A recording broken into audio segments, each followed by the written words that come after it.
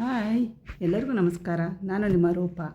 ದಿನ ಬೆಳಗಾದರೆ ಪ್ರತಿಯೊಂದು ಮನೆಯಲ್ಲೂ ಹೆಣ್ಮಕ್ಳಿಗೆ ಏನು ತಿಂಡಿ ಮಾಡೋದು, ಏನು ಸಾಂಬಾರು ಮಾಡೋದು ಅನ್ನೋದೇ ಚಿಂತೆ ಆಗಿರುತ್ತೆ. ಸೊ ಹಾಗಾಗಿ ಇವತ್ತೊಂದು ಹೊಸ ಸಾಂಬಾರು ರೆಸಿಪಿಯನ್ನು ಟ್ರೈ ಮಾಡೋಣ ಬನ್ನಿ.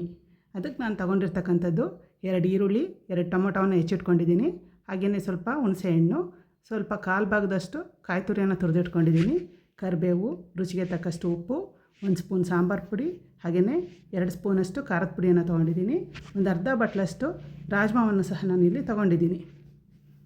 ರಾಜ್ಮಾವನ್ನು ಮೊದಲು ನಾವು ಹುರಿದಾದ್ರೂ ಮಾಡ್ಬೋದು, ಇಲ್ಲ ನೆನೆಸ್ಕೊಂಡಾದರೂ ಸಹ ಮಾಡ್ಬೋದು.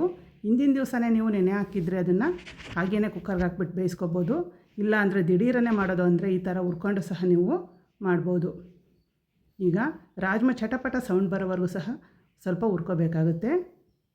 ಅದಾದ ನಂತರ ಒಂದು ಕುಕ್ಕರ್ಗೆ ಅದನ್ನು ಸೇರಿಸ್ಬಿಟ್ಟು ನೀರು ಹಾಕಿ ಚೆನ್ನಾಗಿ 2 ವಿಷಲ್ ಬರೋವರೆಗೂ ಬೇಯಿಸ್ಕೋಬೇಕು. ಮೀಡಿಯಮ್ ಫ್ಲೇಮಲ್ಲೇ ನೀವು ಬೇಯಿಸ್ಕೊಳ್ಳಿ, ಯಾಕೆಂದರೆ ರಾಜ್ಮಾ ತುಂಬ ಗಟ್ಟಿ ಕಾಳು, ಅದು ಬೇಗ ಬೇಯೋದಿಲ್ಲ. ನಾರ್ತ್ ಇಂಡಿಯನ್ಸು ತುಂಬ ಇಷ್ಟಪಟ್ಟು ತಿನ್ನುವಂಥ ಕಾಳಿದು.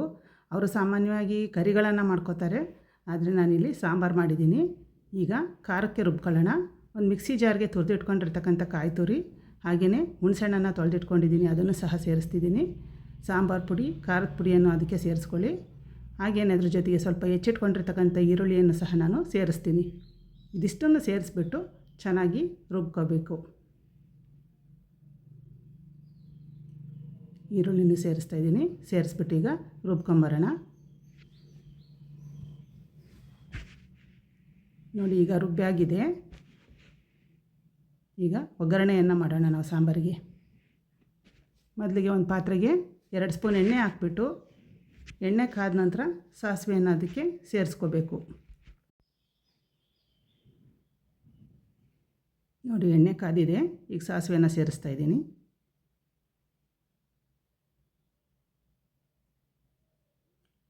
ಅದರ ಜೊತೆಗೆ ಸ್ವಲ್ಪ ಜೀರಿಗೆ, ನಂತರ ಕರಿಬೇವು,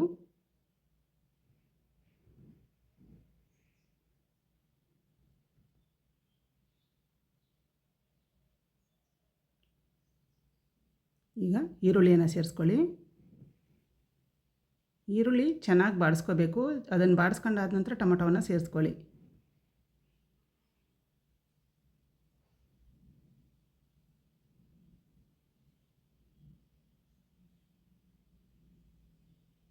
ನೋಡಿ, ಈಗ ಆಗಿದೆ ಈರುಳ್ಳಿ.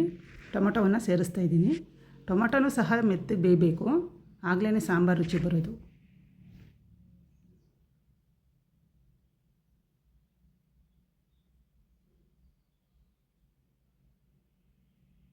ನೋಡಿ, ಈಗ ಆಗಿದೆ. ಟೊಮೊಟೊನೂ ಬೆಂದಿದೆ.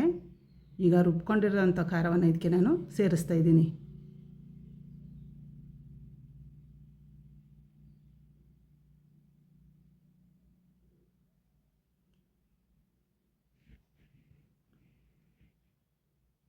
ಅದು ಸ್ವಲ್ಪ ಗಟ್ಟಿ ಅನಿಸಿದರೆ ನಿಮಗೆ ಸ್ವಲ್ಪ ನೀರನ್ನು ಸಹ ಸೇರಿಸ್ಕೊಳ್ಳಿ.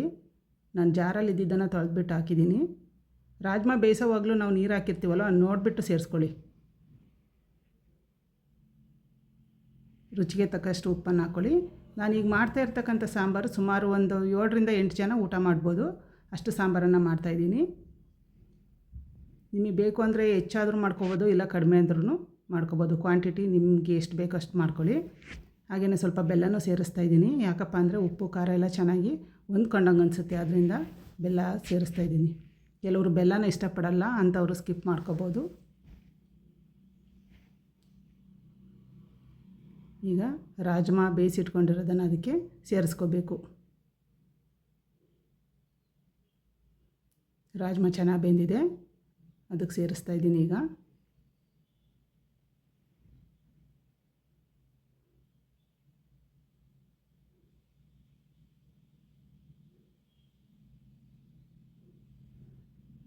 ಅದನ್ನು ಚೆನ್ನಾಗಿ ಮಿಕ್ಸ್ ಮಾಡಿಬಿಟ್ಟು ಕುದಿಸ್ಕೊಳ್ಳಿ.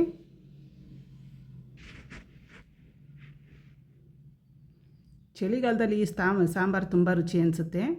ನೀವು ಒಂದು ಸಲ ಟ್ರೈ ಮಾಡಿ. ಹಾಗೆಯೇ ಹೇಗೆ ಬಂತು ಅಂತ ನನಗೆ ಕಮೆಂಟಲ್ಲಿ ತಿಳಿಸಿ.